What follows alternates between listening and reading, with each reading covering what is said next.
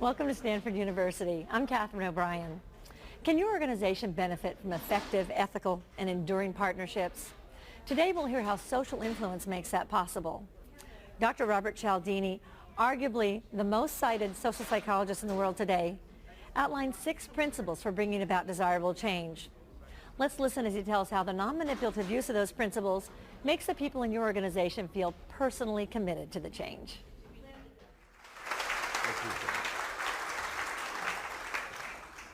Well, thank you. I'm very glad to be here today. Let me just bring up the screen here. As Janice suggested, I want to talk about the psychology of persuasion today. And as you could probably tell from that introduction, I'm primarily an academic. What you might not have been able to tell is that I will always be primarily an academic. One reason is I have tenure. And they can't kick me out. The other is that I love it. My job, after all, involves the investigation and communication, exploration of ideas. I can't think of a job description I would rather go to in the morning than that one. At the same time, I do recognize that wholly academic concerns aren't always held in the highest regard outside of the university community. I was at a business conference a while ago where I heard an academic described as someone who's not satisfied by something that's working well in practice until he's tried it out in theory. And then this speaker went on to describe a theorist as someone who's willing to assume anything except responsibility. And I think there's a regrettable amount of truth there, so I'm going to try to be different today. First of all, I'm going to do more than talk about the theory of persuasion, the theory of influence. I want to talk about the practice of influence. How it can be that one person can significantly increase the likelihood that another person will say yes to the same thing. The merits of the case identical in the way that the case is presented. Look, we know that in the modern world we have competitors who have good cases to make. We have good cases to make. The group that's going to get the lion's share of the business are those who can make their good case well. And that's what we'll talk about today. I'm going to leave it to you to have a good case to make, but we're going to learn about how to make that good case optimally so that people will move in the direction of the benefits that you can provide for them. The second thing I'm going to do, besides talking about the practice of influence, is that I'm going to take responsibility for what I have to say. I'll issue a guarantee right now that if you understand and employ the principles of influence that we talk about this morning, you will become significantly more effective agents of influence in your professional environments. Right? Now, these principles that we'll talk about are so fundamental, so universal, that they don't simply apply to your professional environments, although that's where we'll be spending most of our time discussing. They also apply to other contexts in which you find yourself and you want to be influential. They will allow you to be more effective in getting people to say yes to you if they are your friends, if they are your neighbors, if they are your family members. I'll even guarantee that if you understand and use these principles, you will get the most resistant of all audiences to be willing to say yes to you, your children. I'll guarantee you'll get your kids to say yes to you more often, okay? So after crawling out on that limb, let's see if I can come through on that particular guarantee by being specific. First of all, I want to be specific about a particular kind of influence, a particular kind of persuasion that I want to consider. It's compliance. The idea that we're not just interested in changing attitudes or perceptions or opinions. We want to change behavior, getting people to say yes. It's the science of getting what you ask for. And I don't use this term science lightly. As Janet suggested, the art of persuasion is not the only route to success. There is a science to persuasion. There is a systematic study and a vast body of research, 50 years now, of scientific investigation into what causes people to say yes to requests when they receive them. We'll review what I think are the most important conclusions from that research. So we'll be talking about compliance, getting people to say yes, to do what you want, rather than just to think about it in a positive way. Another way I'm going to be specific is that when I do this program in a smaller group, let's say a half-day or a full-day workshop, I go around the room and I ask people what they want to get from the time that we have together. And invariably, at least one person says, well, I'll tell you what, Dr. Cialdini, I think the science of influence and the topic of persuasion are inherently interesting. They're engaging issues involved, I'm sure. But I'll tell you what I really want from this day. I want one thing that I can take back to my office and implement tomorrow morning and be more successful as a result. Give me one thing out of this day and I'll count it a success. Well, I'll tell you what, I'm going to give you more than one thing right now. I'm going to give you 6 things right now that you will be able to implement immediately upon going back to your office, because they have to do with things that you confront on a daily basis. I will answer the following 6 questions for you during our time together. Here's the first. If you have 2 options to present to a client, which should you present first? The more costly or the less costly one? Here's a second question. Is it better to tell prospects what they stand to gain by moving in your direction, or what they stand to lose if they don't? Third, if you have a new piece of information, when should you mention that it's new? Before or after you present this information to your audience? Fourth, if you have a product, service, or idea that has both strengths and weaknesses, and what doesn't? When should you present the weaknesses?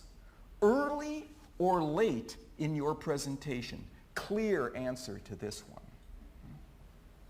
Fifth, after someone has praised you, your product, or your organization, what is the most effective thing you can do immediately after you have said thank you? I'm here on campus to write a new book. The book is going to be called Moments of Power. And it has to do with the fact that in the course of social interaction, there are particular windows of opportunity where if you know how to identify that moment and what to fill that moment with, you will become significantly more effective. There is a moment of power immediately after someone has said thank you. What do you put in that moment? I'll tell you when we get to that section. Finally, to arrange for someone to like you and want to cooperate with you, what is the single most productive thing you can do before you try to influence that person to like you and cooperate with you? We'll answer all of those questions. Okay.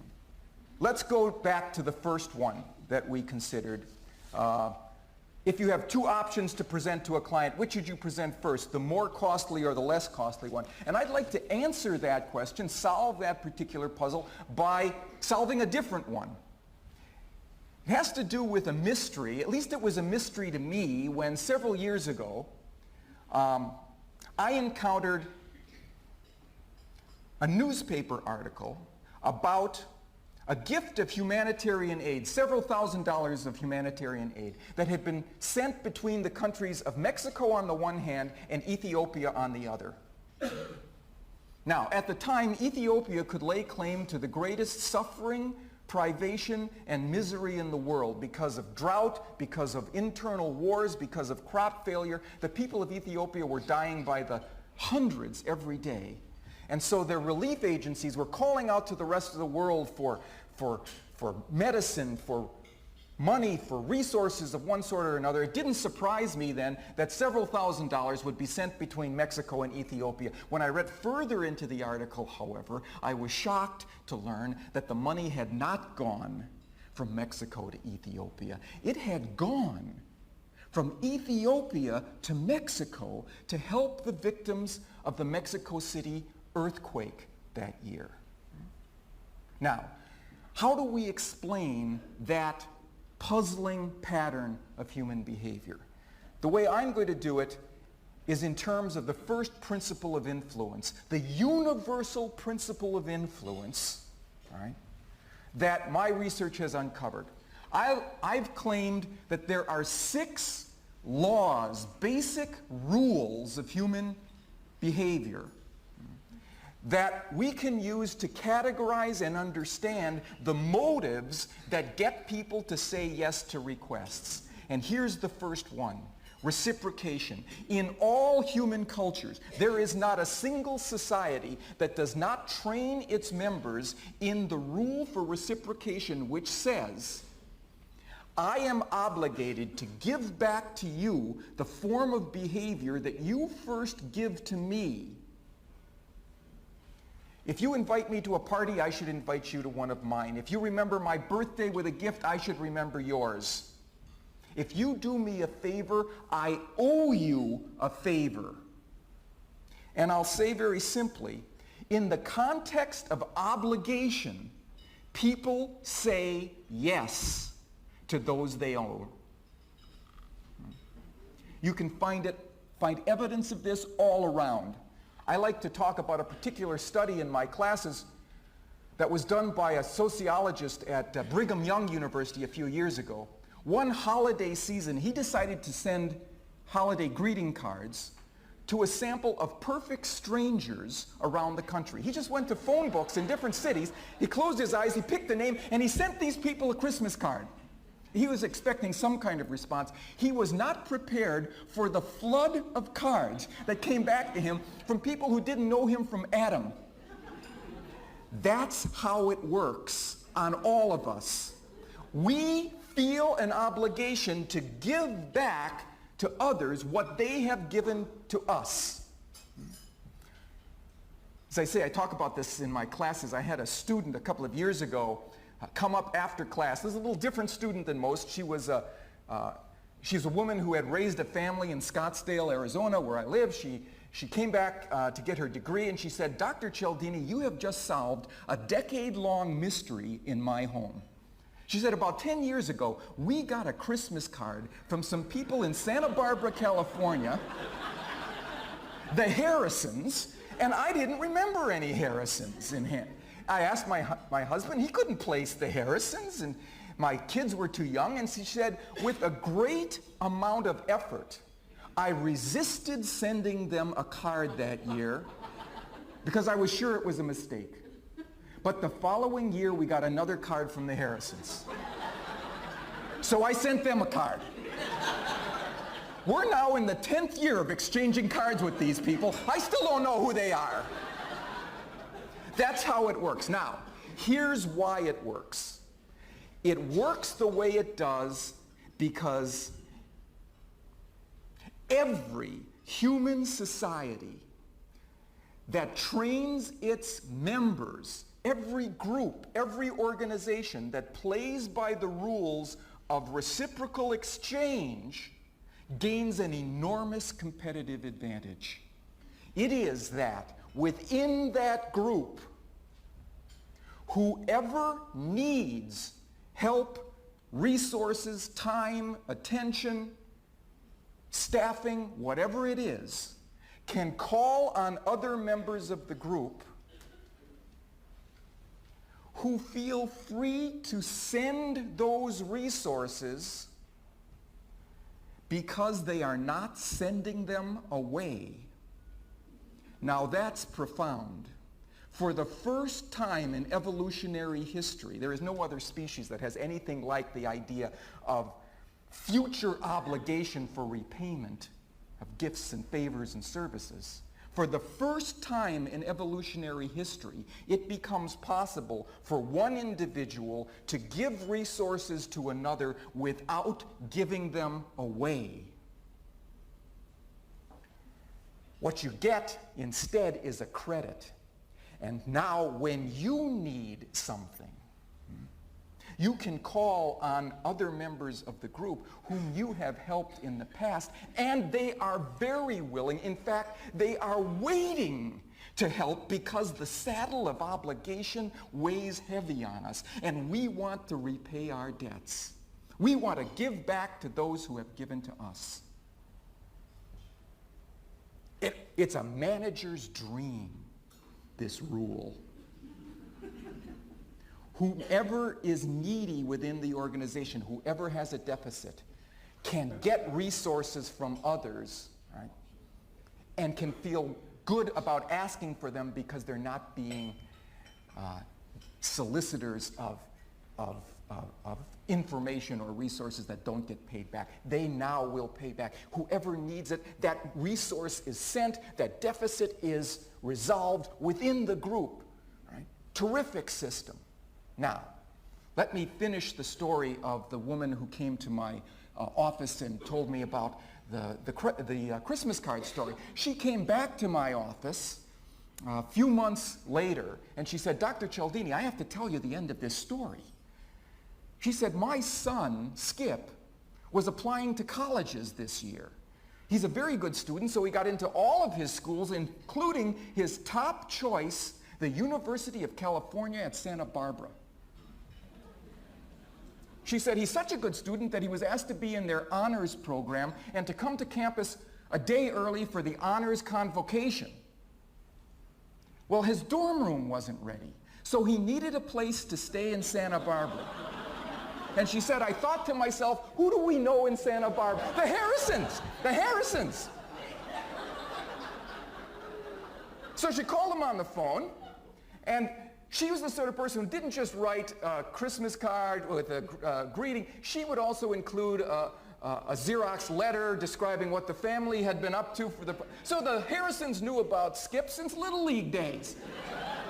They said, "Skip, the Skip man, the Skip Meister, of course he can come and stay with us."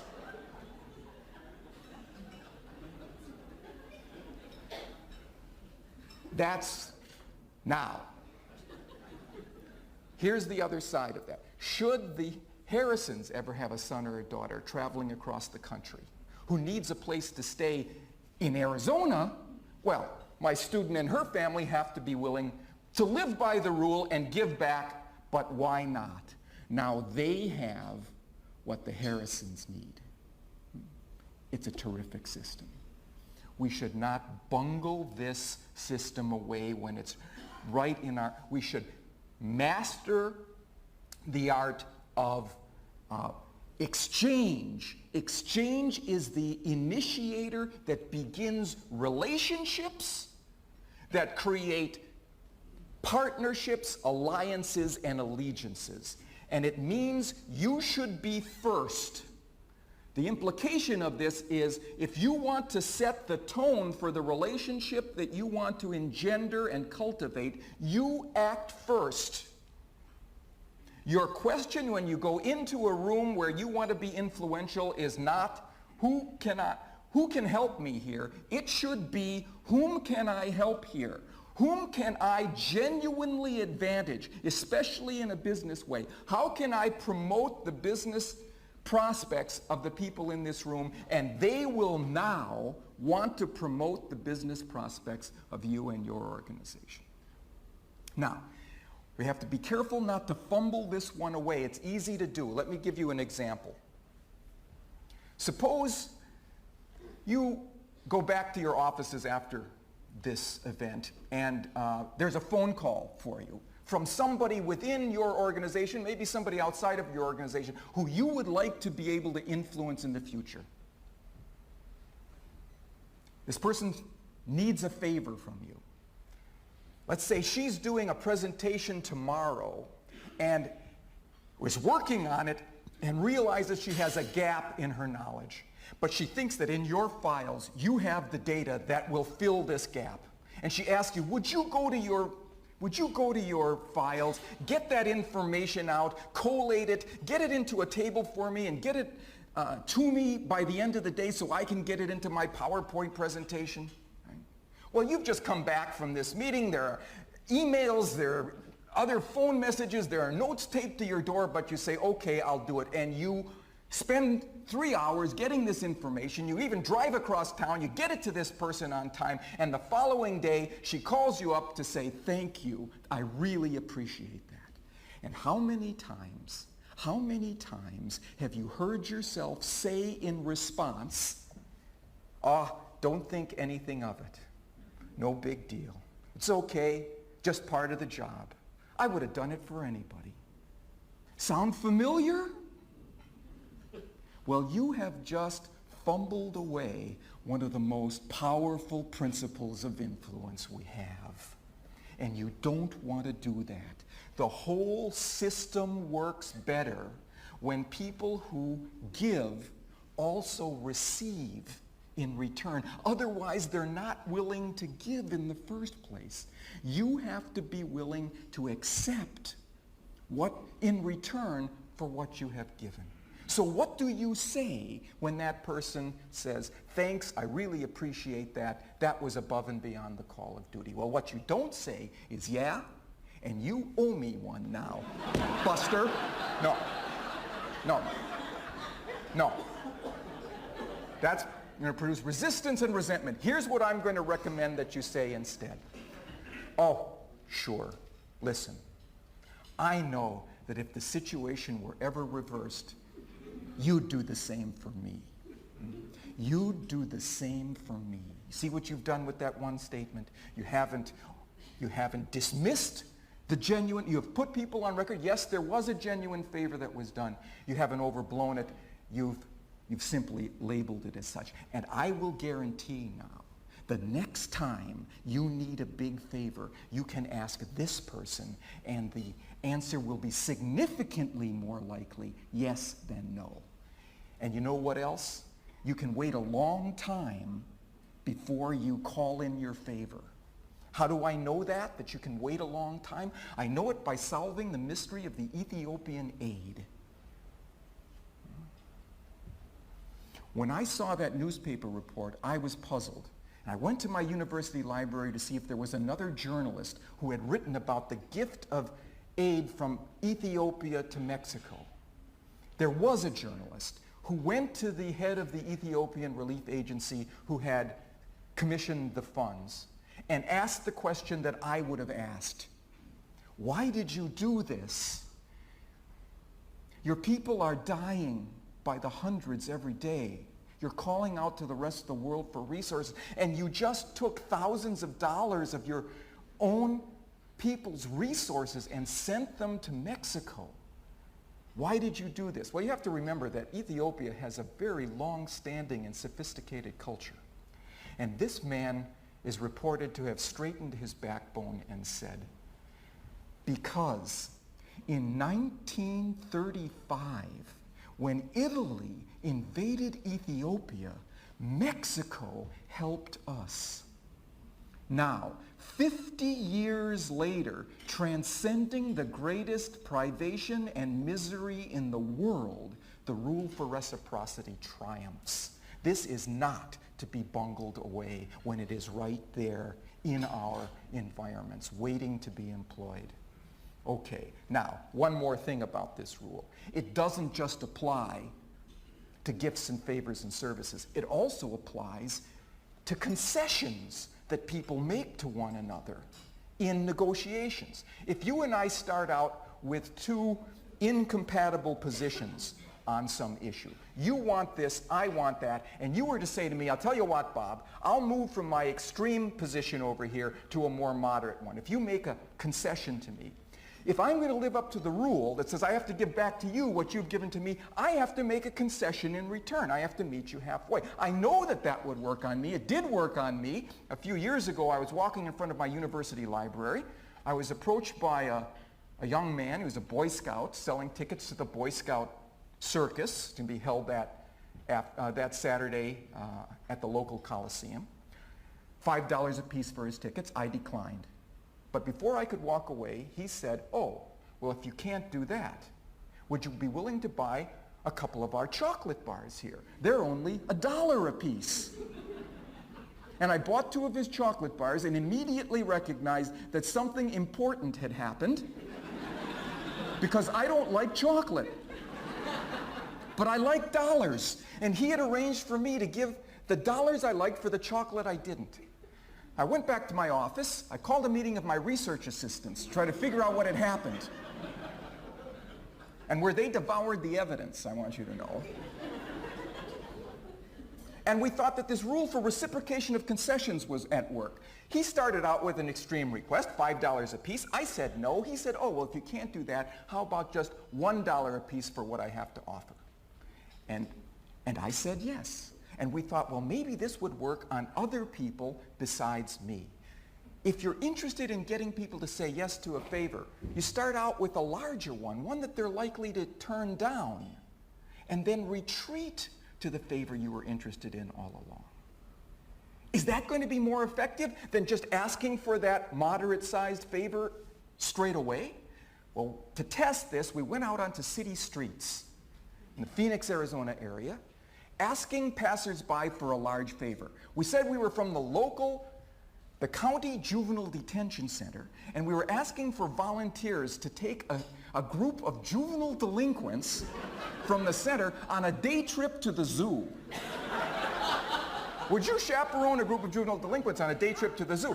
The great majority of people, under those circumstances, declined. Only 17% were willing to do it. But for another group, we began with even a larger favor. Would you be a big brother or big sister to one of the kids down at the center? This would require 3 hours of your time every week for the next 2 years. They blinked. 2 years? I don't even know where I'll be in 2 years. Then, taking our cue from the Boy Scout, we said, "Oh, well, if you can't do that, would you be willing to chaperone a group of juvenile delinquents on a day trip to the zoo?" Under those circumstances, now 50% said, "Where do I sign?" It's the same request. We haven't changed the request. The merits is, it's the zoo trip. What we changed was what went first. One more breath, a few more words, and we tripled willingness of people to say yes to a request. Now, notice something about the ethics of this. There was no Big Brother or Big Sister program down at the center. We invented that for reasons of scientific curiosity. We were studying this fact. But we don't want to be in that position of dishonestly using the reciprocation principle. But we can use it honestly. How many times is it the case that you have different levels of requests to make to people? You can make a request at this level or at this level. And often we censure ourselves. And they say, "Oh, well, they'll never go for this." And so we ask for the more moderate request. Right? What our data are suggesting is if there are genuinely beneficial requests that you can make at different levels, always start with the larger request. If your argument has been compelling and they say yes to that larger one, there is frosting on your cake. Give people a chance to say yes to you. But if the answer is no, now you can retreat to the more moderate request and significantly increase the likelihood that they will say yes to you. Remember I said there was a moment of power after people say thank you to you? There is another moment of power after they say no to you. It's a moment we hate, and as it's human for us to retreat from that situation because it's self-damaging when people say no to us. Typically, we leave, we reconsolidate our energies, we think about another thing to say, and maybe we come back a week later with a concession. I'll tell you that you have missed the moment. There's evidence to show if you come back a week later, it's perceived as you're there making another request, whereas if you make that concession in the same moment, it's perceived as a concession. And in the context of concession, people want to reply positively with a concession of their own. So here's a little heuristic. If someone has said no to you, if you retreat from the situation, you lose. If you retreat in the situation, you win. Okay, now let's go on to the next principle that I want to talk about. It's the principle of scarcity. Another universal principle of influence.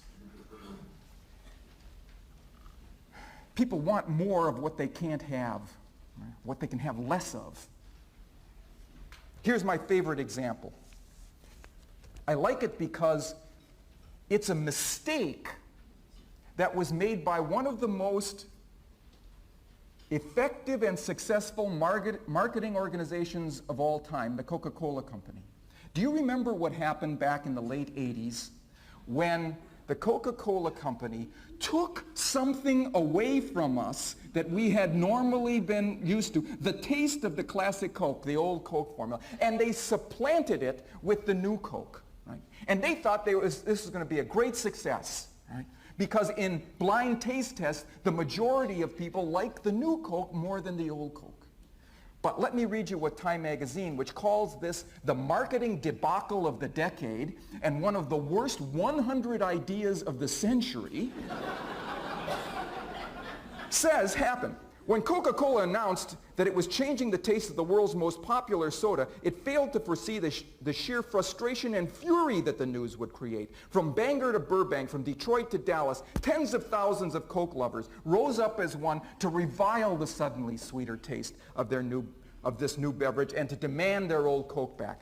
My favorite example of this is personified in a man named Gay Mullins, a retired real estate investor in Seattle, who became a national celebrity by issuing anti-New Coke buttons and t-shirts, setting up a hotline for disgruntled and depressed callers, threatening to bring a class action suit against the company to make the old cola recipe public. He organized the Old Cola Drinkers of America, whose aim was to bring back the beloved soft drink at any cost, and it did not matter to Mr. Mullins that in 2 blind tests he expressed a preference for the new Coke over the old. It didn't matter because it wasn't the merits of the thing. It was the context in which the thing was placed. In the context of scarcity, people want what they can't have. What are the implications for you in this regard? It means that when you present an idea, a product, a service, a recommendation, you need to explain to people what it is about this that will give them something that they can't get anywhere else. Now, sometimes it's not one single thing. Sometimes it's a bundle of advantages that they will not be able to get unless they move in your direction. And let me tell you one other thing about this. When you describe these benefits, it is not sufficient to describe what they will gain from them, because the psychological research is very clear. People are more motivated by the idea of losing something than of gaining that very same thing. Anybody here from Santa Cruz? Anybody have connections to Santa Cruz? Okay, a few of you. There was a study done at the University of California at Santa Cruz. Researchers went door to door with a power official from PG&E who gave each homeowner an energy audit told them how to put insulation, weather stripping in their homes to reduce the loss of energy. And half of these people were told, if you fully insulate your home, you will be able to save 50 cents a day. The other half were told, if you fail to fully implement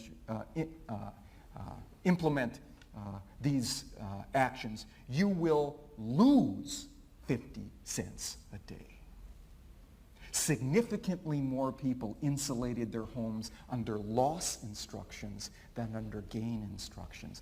The same thing, but couched in terms of loss, resonated more powerfully with people. People are more interested in information about what they stand to lose than what they stand to gain. And we are fools if we don't give them the information that they want. I saw a recent study that showed in making their projections for the future, managers weight information about losses, potential losses, more heavily than information about potential gains. We're fools if we don't tell people what they want and need to make their decisions. So, when you present your recommendations, it has to be as well in terms of the benefits they stand to gain and what they stand to lose, the unique benefits that they stand to lose if they don't move in your direction. Now, another thing about this principle of scarcity, it doesn't just work for commodities. It also works for information. Information that's exclusive, that not everyone has access to, turns out to be more persuasive. The best evidence I have for this actually comes from a study that was done by a student of mine, an unusual student, who had started a business in Arizona, a successful business, importing beef into the United States, and then selling it to large supermarket concerns. He came back to school to get his PhD, and I was sitting on his dissertation committee. He wanted to do a study using his own people, his own customers, his own salespeople, his own industry. And we began to talk about the research that showed that people are more attracted to scarce commodities, and they are more persuaded by exclusive information. And he decided he would do the following study. He went to his salespeople who called their customers on the phone, told them about a certain allotment of beef that he said, and he said, now divide your customers into 3 groups and call them and tell them about this new allotment of beef we have available that we import from South America and Australia. They used their standard appeal, which was, we have a certain allotment of beef, we have such and such a price, such and such a quality, we can guarantee delivery by such and such a date. How many carloads of beef would you like? That was one group. A second group were called, and they were told, by the way, because of certain weather conditions in Australia, there's likely to be a shortage of Australian beef in the near future. How many carloads would you like? So he added scarcity to the mix for the second group. Let me show you what happened. Adding scarcity more than doubled the number of carloads of beef, from 10 to 24. But it was the third group that was most interesting. They were called on the phone. They were told about the allotment of beef. They were told about the scarcity, and then they were told, and this information comes to us from our exclusive sources in the Australian National Weather Service. No one else has this information. This was the scarcity double whammy, wasn't it? Not only was the beef scarce, the information that the beef was scarce was scarce. Let me show you what happened. 610% increase. It was the same beef. And this man came to me afterwards and said, you know, Dr. Cialdini, all of this was true. There was an impending shortage of Australian beef. This information did come to us through our exclusive sources in the Australian National Weather Service, and we never knew to use it before. Because he didn't know what the research says. Now you know what the research says. And here's the implication for you. When you get a new piece of information, an unpublished report comes across your desk, a new piece of information at a conference, or a piece of information from marketing research, and it supports what you are trying to argue with someone in terms of moving in a particular direction, your response should be to get on the phone. Get on the facts. Get in people's offices. That information is most powerful the newer it is. Information is not like wine. It does not get better with age. It's like bread. We want it more when it's fresh. We want to take it in more when it's warm rather than cold. Okay, let's move to the next principle of influence. Authority. If an expert says it, it must be true. We have a regrettable tendency for expert worship in this country. But here's what the research shows. The most powerful kind of expert authority is a credible authority who has both knowledge and trustworthiness. You need to tell people about your expertise and background before you try to influence them. They don't have a crystal ball. They can't tell that. Secondly, you have to establish your trustworthiness.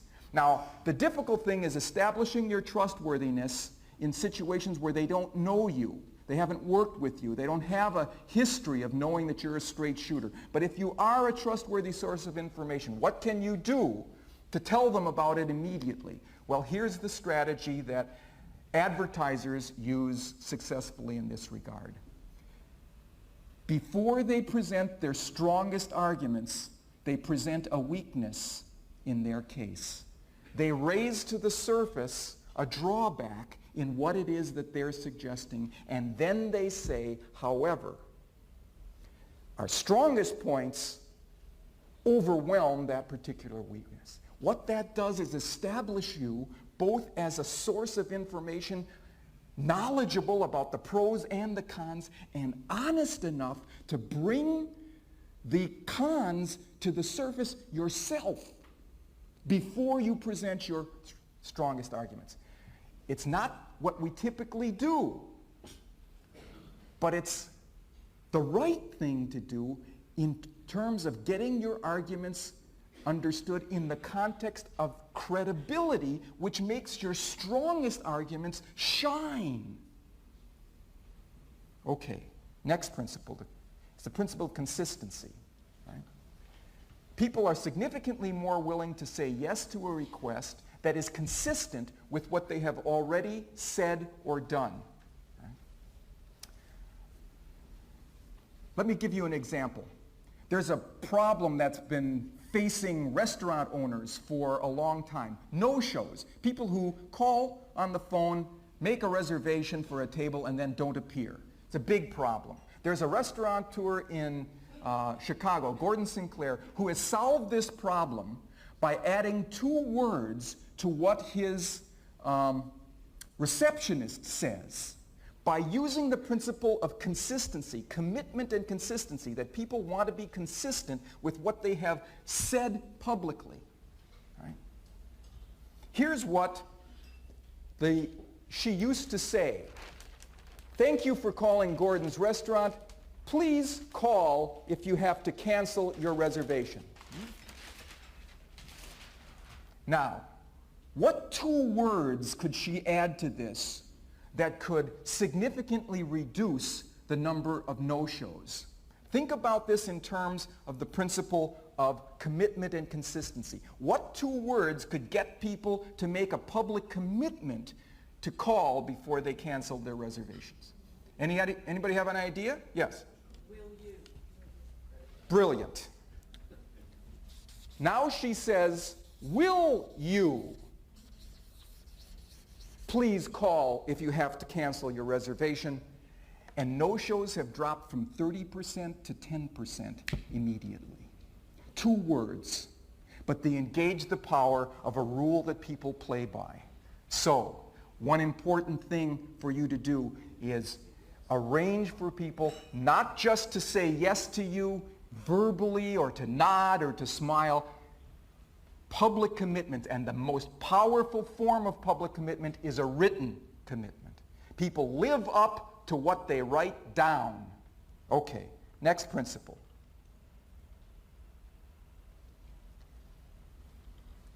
Principle of consensus. One way people decide what is appropriate for them to do in a situation is to look at what others like them are doing. It's the power of the crowd.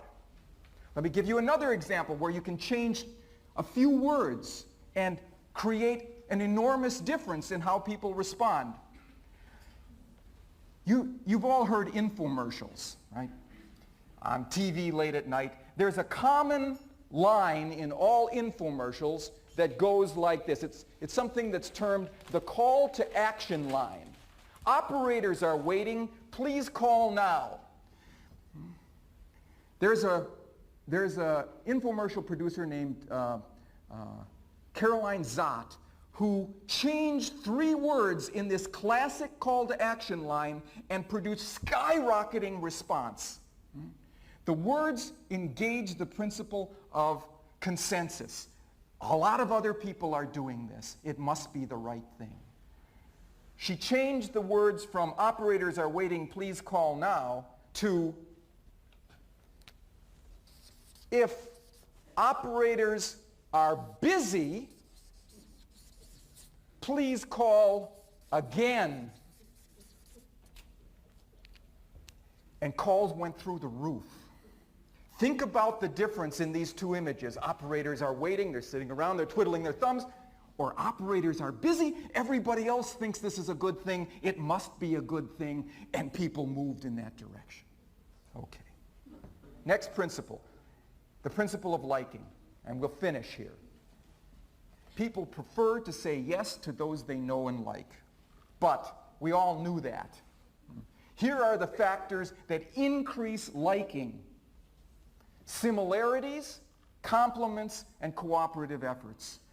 We like those who are like us. We like those who do like us and say so. And we like those people who work with us in a cooperative way to achieve success. Okay. Now, I'm going to finish my remarks here and add one caveat before we open things for questions, which is, I could see that none of this was going over anybody's head. I mean, these weren't issues that are too complicated for us to understand. That's not the problem. That's not the problem. The problem is not in understanding these principles. It's remembering to use them when you are caught in the sweep of the moment, when you are trying to be influential and some situation appears where you have to go into a room and be successful. You can't remember all of this stuff that we've been talking about. We've been talking for 45 minutes here. You can't remember this. Let's see, this guy Cialdini, he was talking to us 2 months ago. Let's see, the 6 principles. There's reciprocation, there's liking, there's Donner, there's blitzen, there's sleepy, there's sneezy. You can't remember these things, right? How can you do it? Here's how I'm going to help. For each of you, as you leave, I have a little laminated plastic card with the 6 principles of influence on it. Each of you gets one of these. You can put it in a pocket, you can put it in a wallet, a purse, and when you come upon an influence situation where you want to be more effective, take out that card. It'll tell you what's available for you to use. Are there similarities? Are there commitments that you can count on? Are there concessions you can make in this situation that you can think about ahead of time, and so on? And if you do that, I'll be able to come through on my guarantee that you will become significantly more effective agents of influence in your environments. Now, this card, it is my gift to you.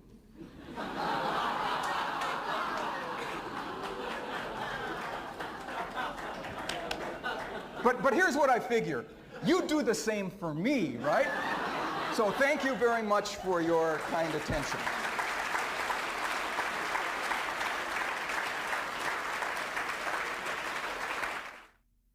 So here's the question. She said, do these principles all work equally well across cultures? Very good question, because there's some new research on this that was just done at the Stanford Business School. It's not even published yet. Scarce information, exclusive information. Professor Michael Morris, Joel Poldoni, and Shiriel Ariel did a study with Citibank that has locations all over the world. And they picked 4 cultures in the world and looked at the following question. They asked Citibank employees, if one of your colleagues came to you and asked for help with a big project, under what circumstances would you feel most obligated to say yes? What they found was that these 6 principles worked in all of the cultures, but the weights associated with the principles, the priorities given to the principles, changed from culture to culture. In the United States, a Citibank employee was most likely to say yes to that request if they could answer the following question in the affirmative. Has this person done me a favor lately? If the answer was yes, in the United States, we were helpless to say anything but yes. In China, the question that they asked was different. The question was, is this requester connected to my small group, especially senior members of my small group? Here, the authority principle was important. In Spain, the question was, is this requester connected to my friendship group? Here, the liking principle was crucial. In the Mediterranean area. And in Germany, it was different than anywhere else. In Germany, the question was, is this request consistent with the rules and regulations of this organization? Here, they had they were being consistent with a commitment that they had to that organization's rules. So all of these principles work, but which one is most powerful? So if you're dealing with someone in Barcelona, you ask for your favor differently than if you're dealing with someone in New York or someone in Hong Kong. Any other questions? Yes, in the back. Here's the question. What if you're in a situation where you continue to give and then people don't seem to give back? I had a question like this a while ago. A man came up after one of my programs and said, you know, I have an employee, I'm about ready to fire him because I'm pretty generous about allowing him time off to go to the airport, to meet his in-laws, to take his wife to the dentist or whatever it is. I let him come in a little late or leave a little early. But when I need him to come in early or to stay late to work on a project, he says, no. I mean, my family's important to me. That's a 9-to-5 job. And he said, I'm about ready to get rid of this guy. And I said, well, try the following. He may think that he's entitled to those things rather than see them as true gifts that you're giving to him that time off. Maybe in his previous job, that was part of the way things worked. So the next time you give him something, when he asks for a little time off, say, well, and he says, thank you, I appreciate that. That's your moment of power to say, well, great, because you know, it's important for me. I would really appreciate it if you would help me out, right? When I need some time from you. And now it's in an exchange character rather than something he's entitled to, right? And this man wrote me a letter a while ago saying that it's worked beautifully, just labeling the exchange as an exchange rather than something that somebody is just entitled to. I think that's all the time we have. Thank you very much for your attention.